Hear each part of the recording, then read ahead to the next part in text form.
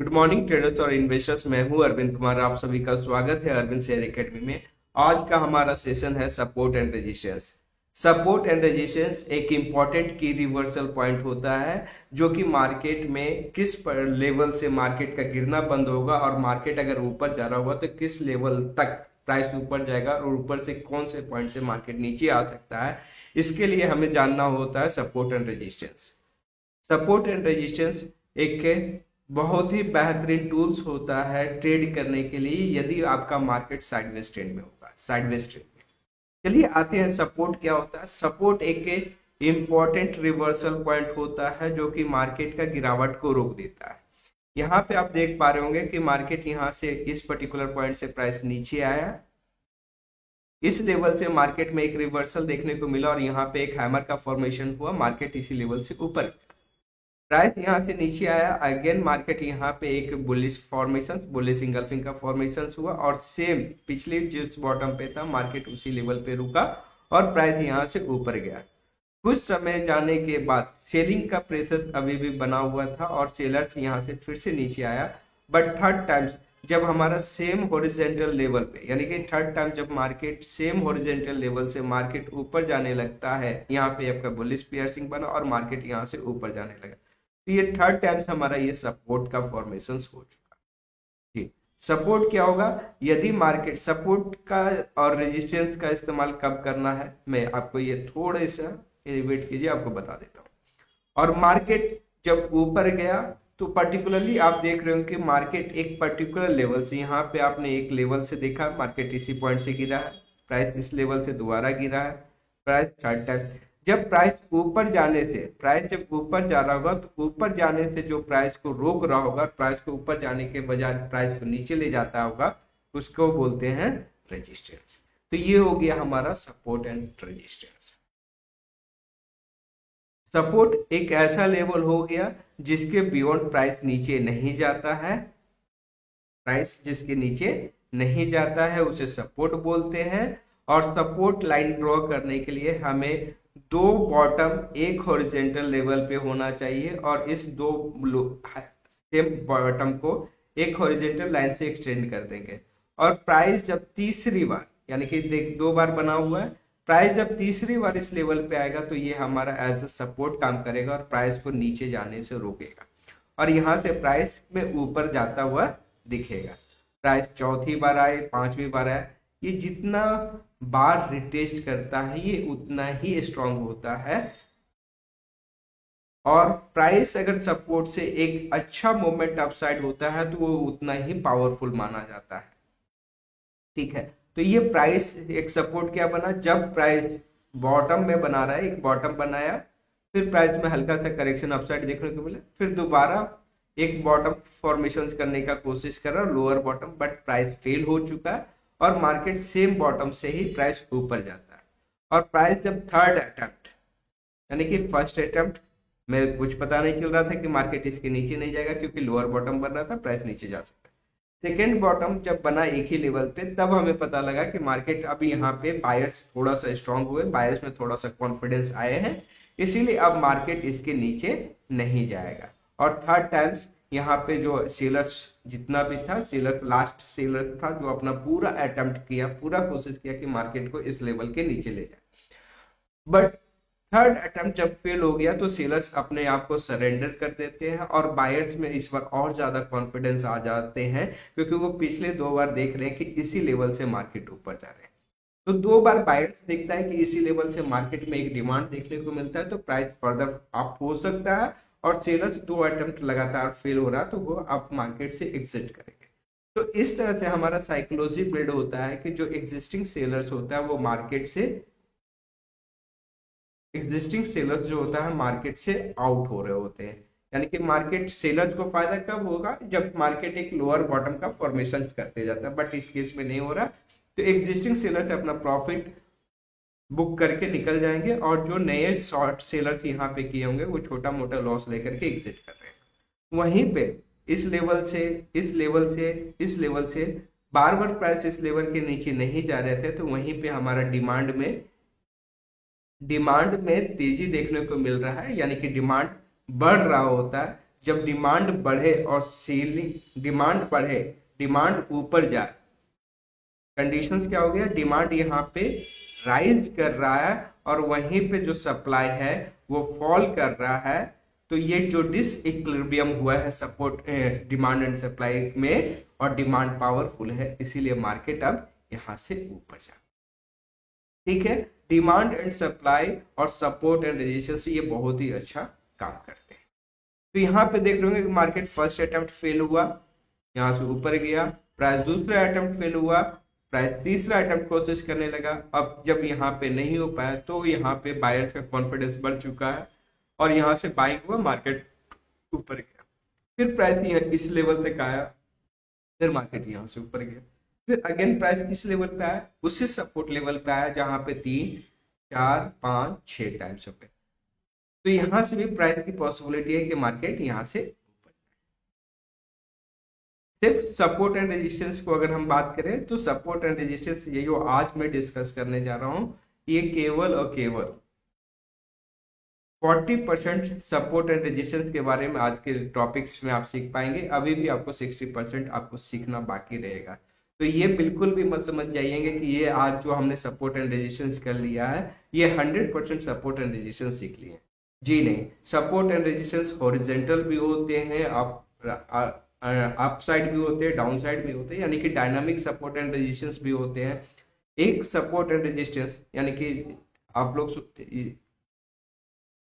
Support और resistance, सिर्फ हमें लगता है कि जो एक हॉरिजॉन्टल लाइन ड्रॉ कर देंगे, प्राइस जो 2 बार से अधिक प्राइस को नीचे जाने से रोकेगा वो सपोर्ट बन जाएगा, ये ओनली 10% है सपोर्ट। इतना अगर आप जानते हैं तो आप 10% सपोर्ट को जानते हैं। यदि आप सपोर्ट पे, यदि सपोर्ट का जो फॉर्मेशन हुआ उस सपोर्ट के फॉर्मेशन पे अगर बुलिश कैंडलस्टिक्स का फॉर्मेशन होता है, बुलिश कैंडलस्टिक्स का फॉर्मेशन होता है तो वो ज्यादा पावरफुल होगा, यानी कि रिवर्सल होने की उस पर्टिकुलर पॉइंट से ज्यादा पॉसिबिलिटी है, ठीक है। वहीं पे हम सपोर्ट का इस्तेमाल करेंगे अदर टूल्स के साथ, यानी कि इंडिकेटर्स का, यानी कि RSI और मूविंग एवरेज या फिर अदर इंडिकेटर से, वो भी हमें बताते हैं कि एक सपोर्ट कितना इफेक्टिवली काम करने वाला है या प्राइस उस लेवल को ब्रेक करने वाला है।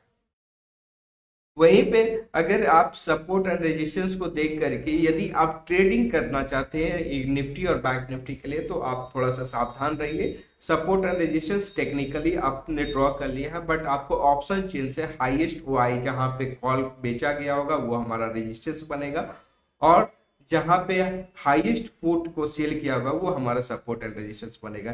तो इसके लिए अगर आप कंप्लीट सपोर्ट एंड रेजिस्टेंस देखना चाहते हैं तो आपको ओपन इंटरेस्ट का इंटरप्रिटेशन करना सीखना पड़ेगा। तो ये सभी कुछ को इन डिटेल्ड में हम एक सीरीज बनाएंगे सपोर्ट एंड रेजिस्टेंस में, जिसमें कि हम सारी चीजों को एक एक करके बकायदा बात करेंगे। और लास्ट एक सपोर्ट एंड रेजिस्टेंस होता है जो कि इसका इस्तेमाल हम लोग फिबोनाची रिट्रेसमेंट के साथ करते हैं, फिबोनाची के साथ। तो ये अगर आप बोलूं कि ये अगर सपोर्ट का आप सपोर्ट लाइन ड्रॉ करना जानते हैं, उसका बुलिश कैंडल का फॉर्मेशन से आपका उसका स्ट्रेंथ को मेजर कर सकते हैं, चार्ट पैटर्न के फॉर्मेशन से स्ट्रेंथ का मेजर कर सकते हैं, इंडिकेटर का इस्तेमाल करना, फिर ओपन इंटरेस्ट एंड फाइनली जाकर के फिबोनाची करते हैं। तो ये कंप्लीट, ये 5 पोर्शंस कंप्लीट करते हैं तो आपका जाकर के 100% सपोर्ट को सीख पाएंगे। वाइसे वर्सा आप इसी तरह से सारा फॉर्मेशंस को निगेटिव यानी कि बेरिश के साथ अप्लाई कर दीजिएगा तो आपका रेजिस्टेंस फॉर्म होगा। तो अभी के लिए हम लोग सिंपल सा बात करते हैं जिसमें कि हम सपोर्ट एंड रेजिस्टेंस को 40% की बात करेंगे, बाकी रेस्ट हम लोग नेक्स्ट वीडियो सीरीज में करेंगे।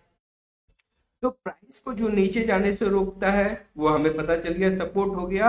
अब प्राइस को जो ऊपर जाने से जो रोकता है वो रेजिस्टेंस हो गया। यहाँ पे हमारा क्लैरिटी आ चुका।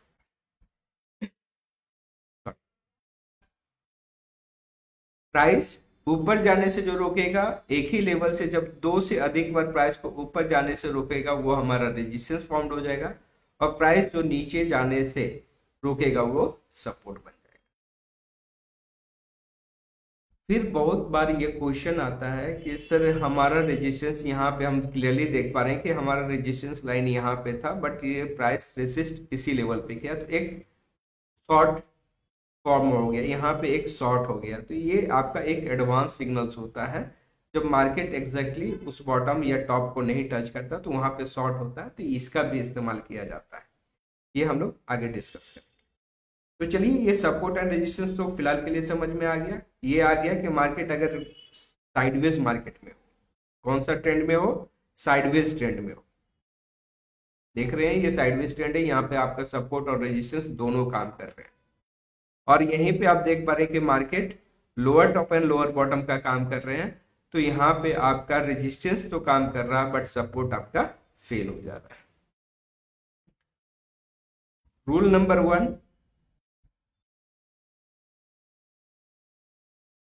सपोर्ट का इस्तेमाल, सपोर्ट और रेजिस्टेंस का इस्तेमाल, सपोर्ट और रेजिस्टेंस का इस्तेमाल आप लोग केवल और केवल साइडवेज मार्केट में कीजिए, जिससे कि आपको सपोर्ट एंड रेजिस्टेंस दोनों का बेनिफिट मिल पाए।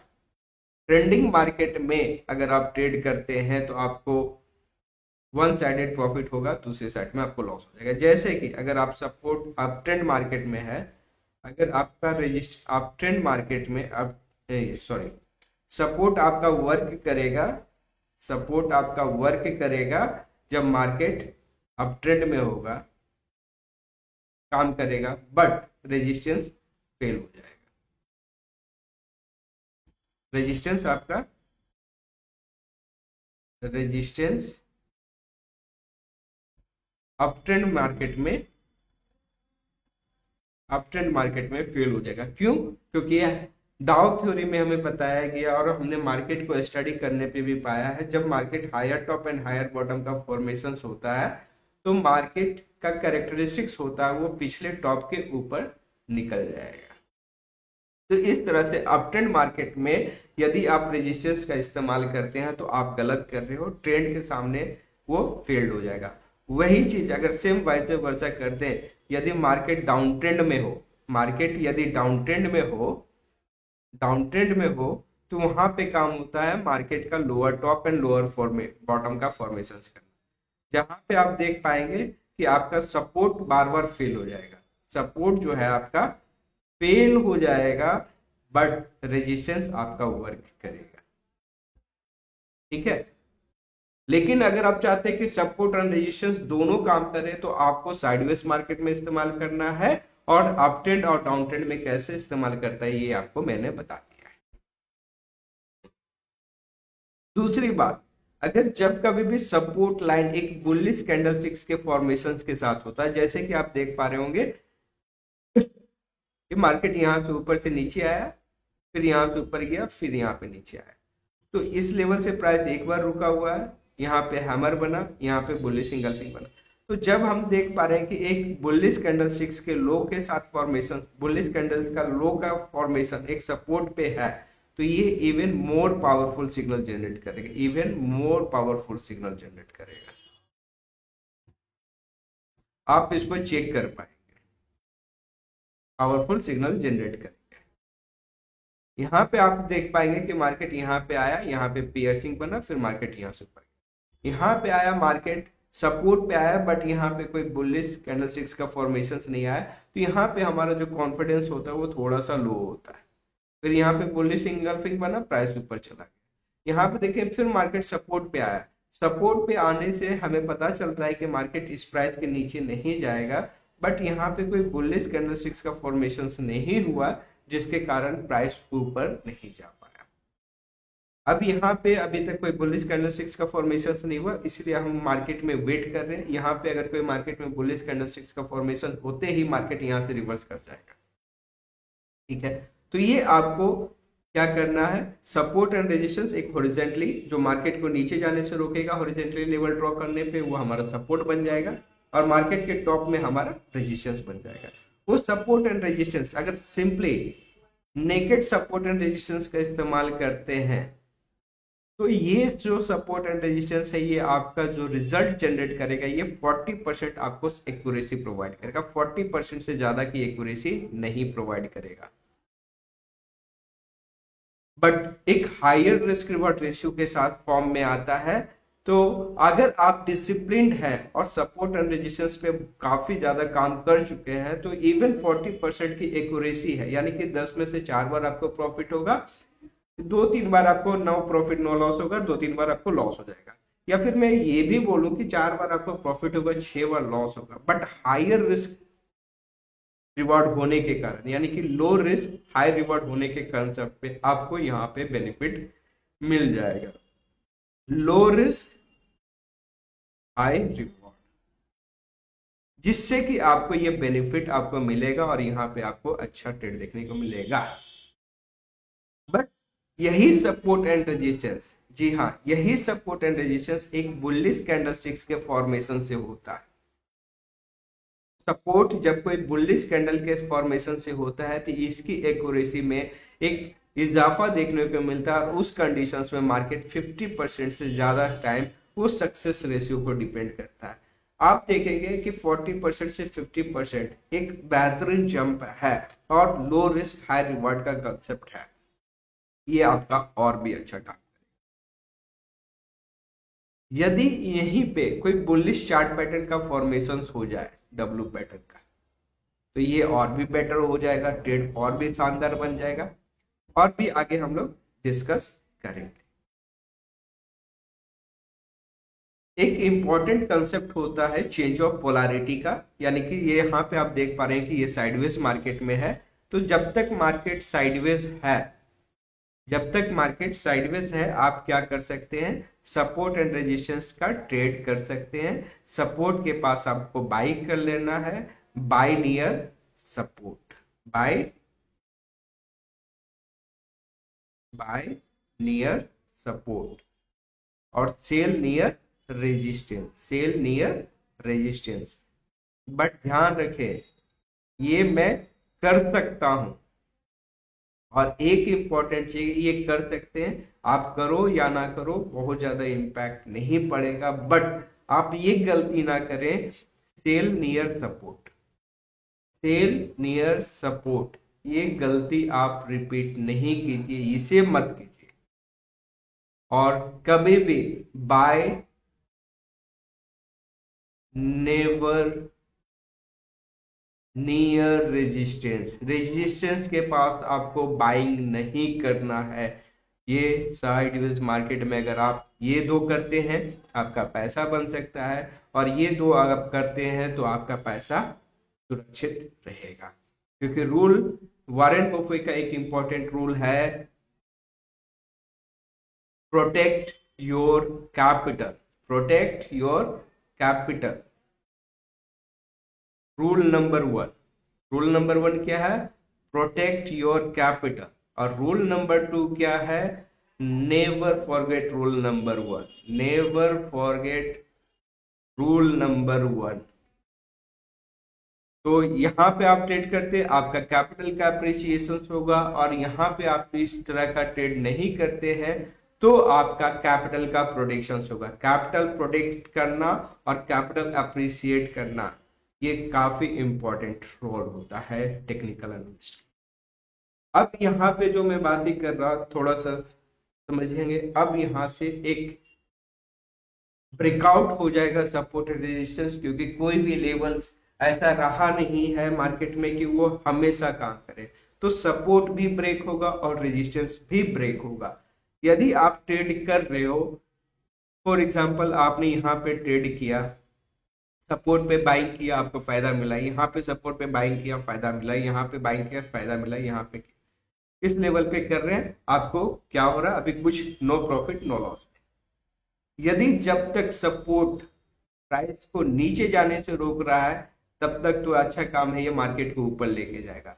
बट यदि साइडवेज मार्केट में सपोर्ट का ब्रेकआउट डाउन साइड मिल जाते हैं तो आपको जो आपने सेल बाई किया हुआ पोजीशन से आप एग्जिट कर दो, क्योंकि सपोर्ट टूटने से इसका जो कंसेप्ट होता है वो चेंज हो जाता है। जो पहले सपोर्ट था, यानी कि प्राइस को ऊपर जाने से, प्राइस को नीचे जाने से रोक रहा होगा, और जब वो सपोर्ट ब्रेक हो जाएगा तो ये फिर ये प्राइस को ऊपर जाने से रोकेगा। तो सपोर्ट बिकम रेजिस्टेंस, सपोर्ट क्या हो जाएगा, सपोर्ट एक बार ब्रेक हो जाएगा तो वही सपोर्ट आपका रेजिस्टेंस बन जाएगा। तो जब तक आपने बाइंग किया हुआ है पोजीशंस को, आप हमेशा एक स्टॉप लॉस के साथ रखें, सपोर्ट लाइन के नीचे रखें। अगर आपका सपोर्ट का ब्रेक हो जाता है, सपोर्ट फेल हो जाता है, तो वो मार्केट कंटिन्यूअसली डाउन जाएगा। और साइडवेज मार्केट का ब्रेकआउट अगर डाउन साइड आया है तो ये हाई प्रोबेबिलिटी है कि मार्केट एक डाउन ट्रेंड में शिफ्ट हो जाएगा।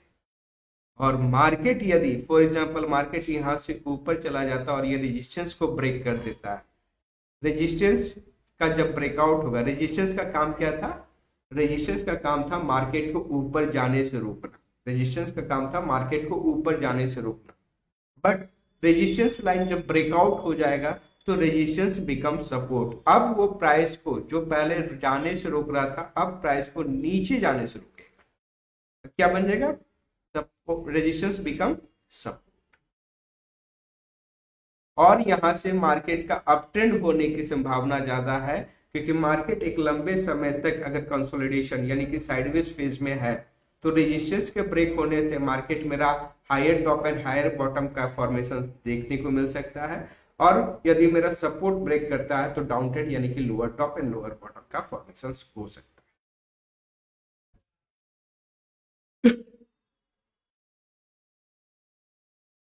जी, ये रहा हमारा सपोर्ट एंड रेजिस्टेंस के बारे में।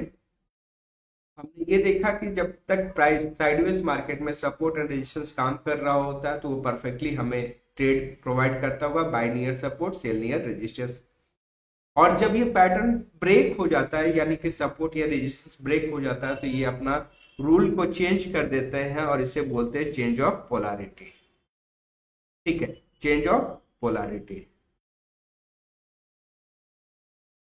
अगर अश्नीर ग्रोवर की बात करें तो अश्नीर ग्रोवर के डायलॉग में बात करें तो ये जो सपोर्ट एंड रेजिस्टेंस तब तक काम कर रहा होता है तो ठीक है, और ये ब्रेक हो जाते हैं तो इसको बोलते हैं दोगलापन कैरेक्टरिस्टिक्स। यानी कि अगर मैं इस चीज को अगर पहले देख लूं तो ये मार्केट जब इस लेवल के नीचे गया तो ये प्राइस को ऊपर जाने से रोक रहा था, तो प्राइस को ऊपर जाने से जो रोकता है उसको बोलते हैं रेजिस्टेंस।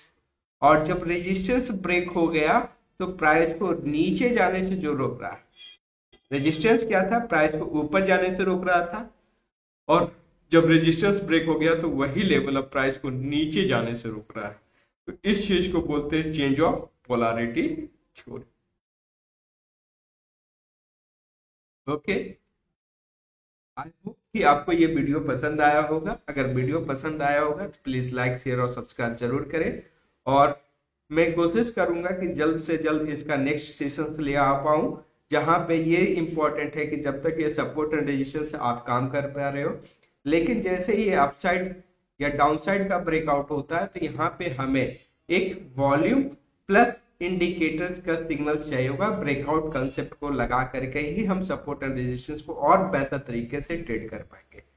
तो हमारा जो नेक्स्ट सेशन वीडियो जो रहेगा उसमें हम ये डिस्कस करेंगे कि सपोर्ट और रेजिस्टेंस का ब्रेकआउट को हम कैसे पहचान पाएंगे कि एक ब्रेकआउट सक्सेसफुल हुआ है या फेकआउट, यानी कि ब्रेकआउट या फेकआउट। Okay, thank you.